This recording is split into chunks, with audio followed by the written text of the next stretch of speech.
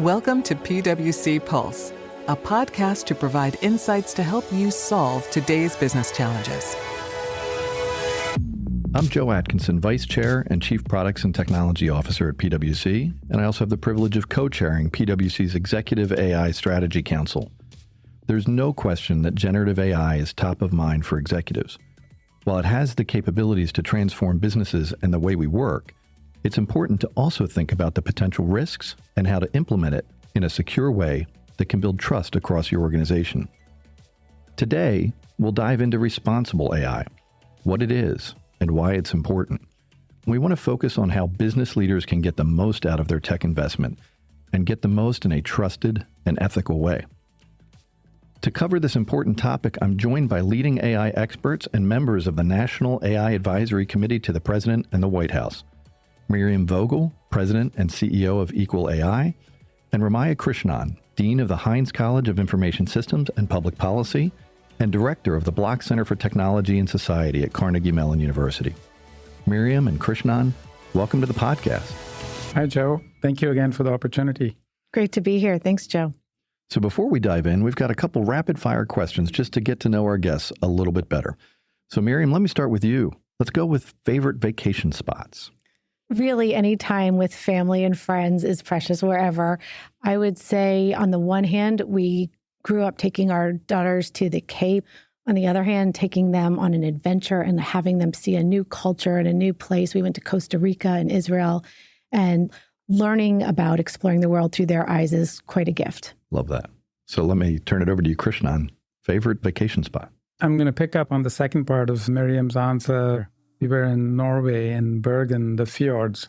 Amazing. Yeah. I've never seen the fjords in Norway, but it is on my wife's list, so I think I have to put it on the list. And let me go to question 2, a show or a movie that you recommend. There's a couple big blockbusters going on right now this summer, but anything else that you're watching? So, Krishnan, I'll start that one with you. I'd like to watch these 2 movies, and they represent the breadth of my interests. One is Oppenheimer, and the other is MI. I love it. I wasn't sure what the second one was going to be, but we'll go with Oppenheimer and MI.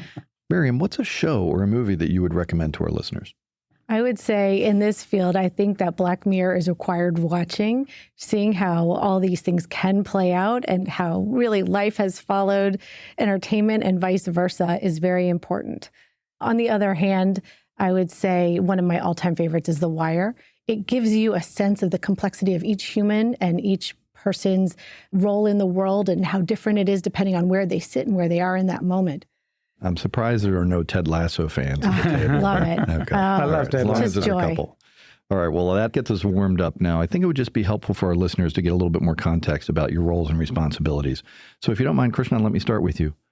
Thank you, Joe. So I'm at Carnegie Mellon University, as you mentioned, and Carnegie Mellon is a home to AI. It's one of the places where AI was created. And I am dean of a college that is both home to a School of Information Systems and a School of Public Policy. So this intersection of IT and public policy is very much aligned with the sets of issues that I'm personally interested in and what the school and the students and faculty are really engaged in. So the first thing we are really focused on relates to how to educate the next generation of students, having the requisite skills to contribute to the AI economy, to the AI ecosystem, to AI policy. And in this, it's both the knowledge of technology, but equally well knowing and understanding how to think carefully in a systems kind of way about the sets of issues that AI brings to the fore. The second aspect has to do with my personal research interests, and these are about Gen AI, its reliability, how to deploy it responsibly, and working with a whole bunch of colleagues at the Block Center and at the center that we have with PwC at Carnegie Mellon on digital innovation and transformation. On the policy front, there's been active engagement. I'm privileged to work with Miriam on the National AI Advisory Committee, NIAC, but also in other policy-related initiatives at the state and at the local government, all of which really are focused on these questions of how do we build trust in AI? Krishnan, I love that connection of your personal research agenda and then, of course, the important role you and the faculty and leadership at CMU play in educating students. We also could not be more proud of the association we have with CMU and the work that we're doing in the Innovation Center. So Miriam, let me go over to you and maybe just a little bit about your role, both for organizations and listeners that might not be familiar with EqualAI, and then the really important role you play advising the White House. So EqualAI was created almost 5 years ago with the express purpose of reducing bias and other harms in artificial intelligence, which was a lot harder to explain to people 5 years ago. And it's been so interesting to see how people's response to us and what we're doing has really transformed over the years. I would say that our key focus is helping people trust AI so that the economy can continue to accelerate and AI use can continue to accelerate and create new opportunities. But a key part of that is making sure that the AI that we're using can and should be trusted. And so we work with three main constituencies to effectuate that goal. We work with companies. A lot of our work is helping companies understand you are now an AI company because you're using it in pivotal functions. And so what does it mean to be a responsible AI actor? We work with lawyers. My personal bias is as a lawyer that lawyers have a key role. This is what we do. We issue SPOT. We institute frameworks and governance to mitigate harms and reduce liabilities and accelerate opportunities. And the third constituency is working with policymakers, which has really changed over the last 5 years from more of a basic introduction to the technology to digging in now and understanding what does it mean to be a responsible AI actor and what is the policymaker's role in that respect. The other role that I am honored to have is chair of the National AI Advisory Committee. To be clear, I'm not here in the capacity of representing NIAC today. I'm here in a personal capacity and representing EqualAI. But that is a really special committee because it is 26 experts from across industry, academia, civil society, who are working together to fulfill our mandate, and that's advising the president and the White House on AI policy. We see immense opportunity for Gen AI to transform business and the way we work, but we have all been using this word trust, and we use responsibility. Very, very powerful concepts in any setting, but particularly powerful concepts when we start talking about technology, as Gen AI has kind of splashed onto the front page of all the newspapers and into media in a way that has really captured the public's eye. Miriam, how do you define responsible AI, and what does it mean to really drive AI in a trusted way? That's a great and important question because too often we throw around these terms without ensuring that we're all on the same page and clear on what we're all aspiring for here or why. Responsible AI is a concept that has really come to fruition in the past, I would say 3-4 years. There's been different iterations of it, but at the end of the day, where we've landed on is responsible AI because it requires us to think about trust. It requires us to think about inclusivity. It requires us to think about efficiency and effectiveness. So those are, I would say, the key elements of what it means to be a responsible AI actor or what it means for your AI to be responsible. And why is that important? I think we all in this room would agree that AI adoption is key for many reasons. It's key to our economic success. It's key to democratic success, small d. It's key to ensure that we realize the opportunities that AI can offer. We need adoption, we need inclusion, we need effectiveness. We can only do that if we have broader adoption, and we can only do that if we have broader representation in the creation and deployment of AI. And so I love that we have this mandate that we all need to be understanding the AI economy, the new, I would say, industrial revolution that we are living through. We don't all need to be computer scientists, but we need to have a basic understanding of this technology that is fueling our lives. And we need to be able to ensure that we know why we're using it and that we can trust it. Otherwise, we won't adopt it or use it or engage in it. And really, I think it breaks down into 4 key areas why we tell companies that this is something they need to be squarely focused on. And first is, it's an employee retention issue. If your employees don't trust that you're using AI responsibly, whether it be with them internally or externally with your consumers and clients, that really chips away at employee confidence, at their satisfaction. On the flip side, if they see that you're committed to embedding your values in your AI use, that helps build trust. It helps them be proud of the services that they're providing, whether you're a traditional AI company or using AI in other types of functions, as most companies are. Second, it's about brand integrity. If people see that your AI cannot be trusted or that people are excluded or harmed, how are you going to build back the trust? And then the third is the opportunity. If you do this well, if you are more inclusive in who you're building your AI systems for, who can benefit from it, you have a broader consumer base. So the upside is significant. If those three didn't get you, the fourth is the litigation and liability. So in addition to the upcoming regulations that we see coming up around the globe, there's laws on the books currently that are applicable whether or not you're using AI. So you are incurring liabilities if you're not mindful of the ways that it could be not inclusive, not responsible, not trustworthy, not lawful. I think those are four very compelling pillars of how to think about this.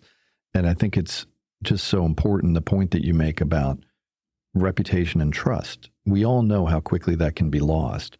But now we're talking about technology tools that can scale so quickly, that can impact many people, many organizations so quickly.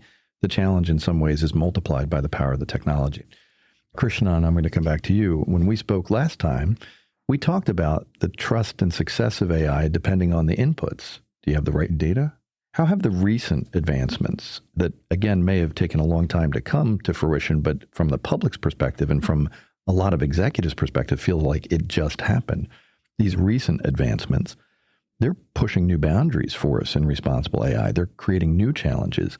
How does an executive in the C-suite keep up with these advances? That's a really important question, and one that, we often hear from leaders about this very issue.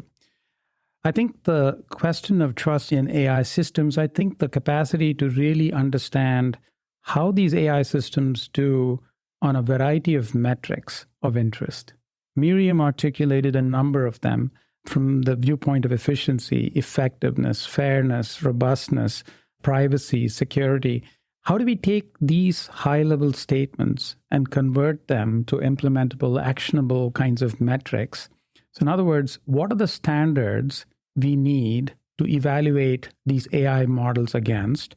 Because standards often incorporate our values. If I only focus on efficiency, that's signaling something, versus saying I really care not only about efficiency, I'm going to care about all these other things that I mentioned about fairness, about bias, about robustness, about effectiveness. In other words, a holistic evaluation measure, I think, goes a long way towards building that base of evidence, base of information upon which one could actually make decisions. Now, it turns out that there are a number of these new models that you refer to, the generative AI models. Some of the largest models that are out there are closed. They're only available over an API, such as the OpenAI set of GPT models, Google's PaLM, Anthropomorphic. And then there are these other open source models. There are smaller models, there are larger models. It would be good to know, in fact, early work seems to indicate that these closed models may be even more accurate than the open models. The closed models, maybe they're correlated with maybe higher levels of robustness as well. So it's not necessarily the case that closed is bad and open is good. So I think we need to build this base of evidence upon which these decisions can be taken. Now, if you're a business executive, it's really important to be connected in to an ecosystem to keep up with where the best practices are, what the kinds of information are that are going to be relevant to make the kinds of decisions that they need to, not just about foundation models, but about that entire pipeline that's going to be required to actually derive value from the use of this technology to solve really compelling and consequential business and societal problems. Krishnan, on that perspective, if you take everything that you just shared and now you put yourself in the shoes of some of our C-suite client executives for a moment, they're struggling to climb the learning curve of understanding about open and closed models. They're struggling to understand the implications of broad bases of data that are driving models versus what we've been calling the micro models you and I talked about. So I think a big part of what we continue to advise our clients and hear from them is that the learning curve is very steep. The need to lean into this learning curve, to take advantage of podcasts like this one, like the podcast that Miriam and her team run, that's a really important part of taking advantage of these models, but also making sure that as you take advantage of this technology, you're deploying it in a responsible way. You also talked about standards. Miriam, I want to come to you on the standards point because you made reference to the regulatory frameworks and you talked about existing law creates a lot of responsibility today. It's not a legal advice podcast, obviously, but there's more regulation coming. And again, I know you're here in your individual capacity. You're not speaking for the committee or any other role that you have, but just in your role, having such a perspective on this, what do you think is coming from a policy and framework perspective? In terms of new laws and regulations, I think we see a lot coming from the Hill in DC. We see the states more and more, 17 bills last session on AI across the states. Several have already come up in Congress this year. Some are offering frameworks like the elements that we've seen of what Senator Schumer's working on. Others are looking at more specifics or government use of AI and frameworks. So I think in the US, we're seeing both the detailed notice requirements of when you're using AI, such as in an interview, has already been on the books in a few state laws at this point for a few years now. In New York, we have the upcoming city bill that will require certain audit functions and other requirements when using AI in hiring in specific ways. And then we've got the rest of the world. We have the EU AI regulations that are full speed ahead, and we've been seeing drafts in different iterations with an end-of-year expectation for its passage. And across the globe, we've seen many different models and examples of how different countries are approaching this, let alone the international bodies. We've seen the UN take unprecedented standing on AI policy and best practices. So in some ways, it'll be who's acting first will obviously set the playing field. Will it be the Brussels effect again? Or will some of the international bodies create consensus, which will hopefully bring in more values, more norms? This has to be an area where we have international understanding, international participation. AI has no borders, and really operating with borders on the laws and requirements of AI is too complicated. As I'm sure I would love to hear your thoughts on that. I'm sure that creates a lot of headaches and opportunities for you. It's a really good way to put it. There's headaches and there's a ton of opportunity. And to your point, the same learning curve we just talked about in the C-suite, if you're a regulator, legislator, public policy leader, if you are staffing those folks, it's a massive learning curve to help make sure that this regulatory framework comes together. To that point, maybe just one quick follow-up question, and then Krishnan, I want to come with you on one last one before we do our wrap-up. On the policy front, what is your advice to the regulators and what is your advice to the policymakers? Again, recognizing you're not giving advice in the official capacity, but just for somebody that's been in this space for so long, what should they be doing as they think about these frameworks? I think they need to do something that's quite challenging, but couldn't be more important. We need clarity, and we need it quickly. If it takes a few years to decide on what our expectations are, we've missed the boat. The AI is being built and deployed at scale and has for a few years now. So it will be too hard a few years from now to implement regulations that have transparency requirements, accountability.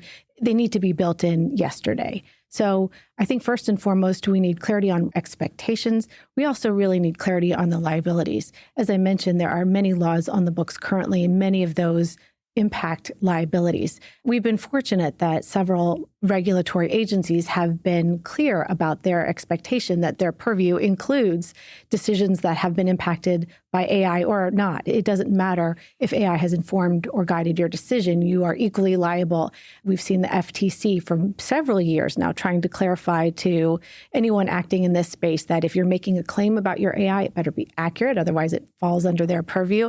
If you are not providing due process requirements or explanations under their legal purview with an ECOA, et cetera, you can be liable.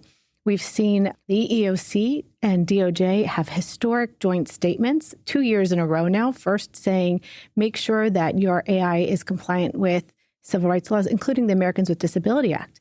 Too many people aren't mindful of the ways that they need to make sure that AI not only creates opportunities for inclusion, but doesn't exclude people based on their disability because it's wrong and because it's illegal. So I would say clarifying the expectations, making sure we are consistent in our terms, and really making sure that if you're being a good, responsible actor in this space, that it's the norm and the expectation, not a penalty. And to the extent that they can, even better yet, is if they can make it a competitive advantage to be a responsible AI actor. I love that concept of responsible AI giving you a competitive advantage. And it's interesting as you give that perspective on advice to regulators and lawmakers, it's very similar to the advice that we're giving client C-suite executives, which is understand your plan, clarity, understand what you're trying to achieve, and make sure you understand how your teams are going about achieving it. What data are they using? Is it inclusive? Is the output inclusive? Loved your point on making sure that we're inclusive of those with disabilities as well. And I'm so glad you're saying that. We like to call that good AI hygiene at EqualAI. It's making sure that, like with cyber, like with every other kind of hygiene, that you're clear, that you're communicating across your enterprise. There's consistency, accountability, and inclusivity. And you mentioned cyber, so I'm going to come around to Krishnan on cyber, because cyber is a hot topic that we certainly could do a podcast on all by itself.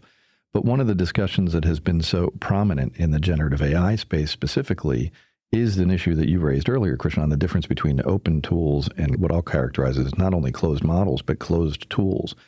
Most of our clients have been concerned about if they're using open tools or they're using tools that are available on the internet.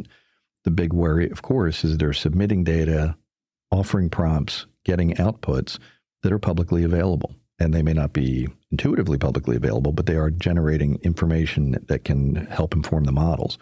We're experimenting with what we call chat PWC, which is what I always characterize. If you want to do work at PwC in generative AI, you work in chat PWC. If you want to play, you play in ChatGPT or the other public models. But work needs to be done in secure spaces. How do you think that benefit is going to play out? How do you see that playing out from a technology policy perspective that companies implement? Joe, I think this falls more broadly under the response I was giving on transparency, reliability, and setting up an AI pipeline or an AI system that you can rely on. Specifically, I want to first respond to the question that you posed and then talk more broadly. So with regard to, if you use ChatGPT, you're effectively using a shared resource. So my using it, you're using it, Miriam using it, we're all using a shared resource. And submissions that you make to ChatGPT, the questions that you ask, or the documents that you're asking it to summarize are all potentially viewable by OpenAI staff and potentially usable in further refining and training their models. So I think the first question that firms have to ask themselves is, do they want to use a shared resource or do they want a dedicated resource? So I think the opportunity to create a dedicated instance of GPT for your own firm is often based on, do I have the volume in terms of number of tokens per day, usually 450 million to 500 million tokens a day, is usually what's used as a measure for saying that makes sense to have a dedicated instance. So it's still behind an API, but it's an instance that's dedicated to you and your applications. And then the data that you are using, you could actually store in what's called a single tenant model on the cloud, thereby allowing for private data from the firm, private communication of that data over a private network to the API and engaging with that dedicated instance, thereby allowing for, quote unquote, a secure private interaction of the sort that I think you're referring to when you talk about chat PWC. Now, that makes sense for firms that have the volume and the capacity to incur the costs to set this kind of thing up. What would be really interesting, and I think it's important that that be done both to provide trust and assurance to the firm that their data are being solely used for the purposes that they intend these data to be used for. But at the same time, you don't want this to be a barrier to small and medium-sized enterprises wanting the same kind of functionality, but being unable to afford it. So I think there's an inclusion point here that we need to talk about as we think about, this architecture that I just laid out. Krishnan, we've talked a lot about guardrails as well and the risks that companies face. Maybe your comments on that and some research that you have underway. So with AI chatbots like Bard, like ChatGPT, like Claude, there's been considerable effort by the vendors to build in guardrails to prevent individuals from eliciting toxic responses from them. Recent work at Carnegie Mellon has shown how very simple suffix attacks, these are attacks that allow for, say, the addition of a bunch of exclamation marks after the question that you pose to the chatbot, can actually defeat these guardrails. So I think it's important to think about these vulnerabilities that might exist in these AI tools as they're being deployed and understand how one might mitigate or address these vulnerabilities. And this is where I see the analogy to the kinds of work that was done with information security and how security vulnerabilities were reported, addressed, patched. And I think we're going to see something similar having to be developed for AI. And at that point, the US government stepped in in a public-private partnership with industry, with the government, setting up what's called a Computer Emergency Response Team, CERT.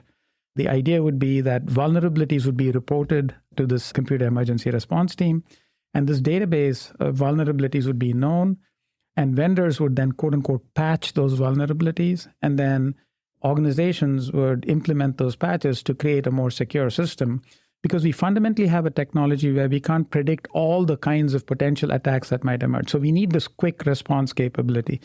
So I think when you talk about what should business executives be thinking about in this space, they should also be participating and thinking about AI vulnerabilities and how to sort of create a culture and an organization that can both report, but also respond to vulnerabilities in partnership with vendors and the tool providers whose technology they're using to actually develop and implement the AI. You know, the cyber threat actor model that you're talking about, the CERT response, I think is a really informative model as executives start to think about what is the right model for collaboration and connectivity. We all know the pace isn't going to slow down. The pace of bad actors trying to figure out exploitation opportunities will not stop. And so organizations need to be prepared and understand how they can work effectively and work proactively, including with their technology partners and providers to make that happen. So let me do a couple of rapid fire roundup questions if you don't mind. So if you had, let's say, 30 seconds to offer advice to pick your audience, regulators, employees, company leaders, people coming into the workforce, pick a group of people that you want to give advice to, and what advice would you give to them? And Miriam, I'll start with you if that's okay. Sure. We often talk with C-suite and board members, making sure that they understand their liability and opportunity. We want them to understand that everyone has a role to play. We want them to understand that it's not an engineering problem to resolve. It's engineers with lawyers, with sociologists, with ethicists. The more people you're bringing in that are closer to the product, the safer you will be, the more you can optimize on AI opportunities. I would share with them what we talk about in our badge program for senior executives, but really it's all about practicing good AI hygiene, making sure that you're clear on your framework. That was really good content and advice for people. So Krishnan, we'll call it rapid fire with variability. So what thoughts do you have, advice, and who would you target your advice to? The NIST AI RMF is an important tool in helping people operationalize AI. I think that's going to be important for both business executives to really pay attention to, especially as tools emerge from NIST AI RMF. And then on the education side, so that's one group. The second, I think, is this issue of the need for greater transparency. I think I've spoken somewhat extensively about this on the podcast. Building the capability to evaluate, characterize, and measure and help engender trust through reliability assessments, I think is going to be critical. And I think it's really important to understand how that plays out, both for what I'll call closed as well as for open models, for small versus large. And then the third piece, I think, is on the workforce.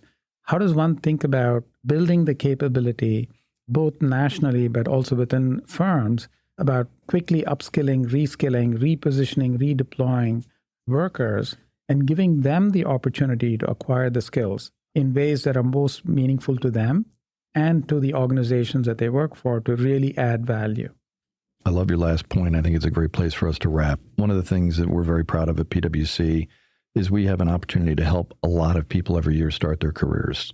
And those individuals coming into the workforce today are looking at developments in generative AI, and they're asking the question, is this going to make my career better and more valuable? I love the opportunity that generative AI and AI broadly and this technology advancement brings. And my advice to students and people starting their career, and frankly, at any step of their career journey, is lean in, understand it. I thought, Miriam, your point about width is so spot on.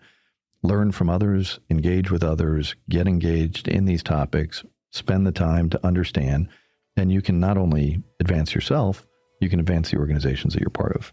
Miriam and Krishnan, this is an incredibly important topic, and it was great speaking with you both about the role that responsible AI will have in powering the future we all share. Thank you, Joe. Thanks, Joe. And to our listeners, thank you for joining us on this episode of PwC Pulse. We'd love to hear your thoughts and your comments and feedback on today's conversation. You can leave a review on your favorite podcast platform. All of the views expressed by Miriam Vogel and Professor Ramayya Krishnan on this podcast are their own and not that of any national committee they serve on or of the United States government. Thank you for joining us on the PwC Pulse podcast. Subscribe to PwC Pulse wherever you listen to your podcasts, or visit pwc.com/Pulse Podcast to hear our next episodes. Copyright 2023, PwC. All rights reserved. PwC refers to the PwC network and/or one or more of its member firms, each of which is a separate legal entity. Please see www.pwc.com/structure for further details. This podcast is for general information purposes only and should not be used as a substitute for consultation with professional advisors.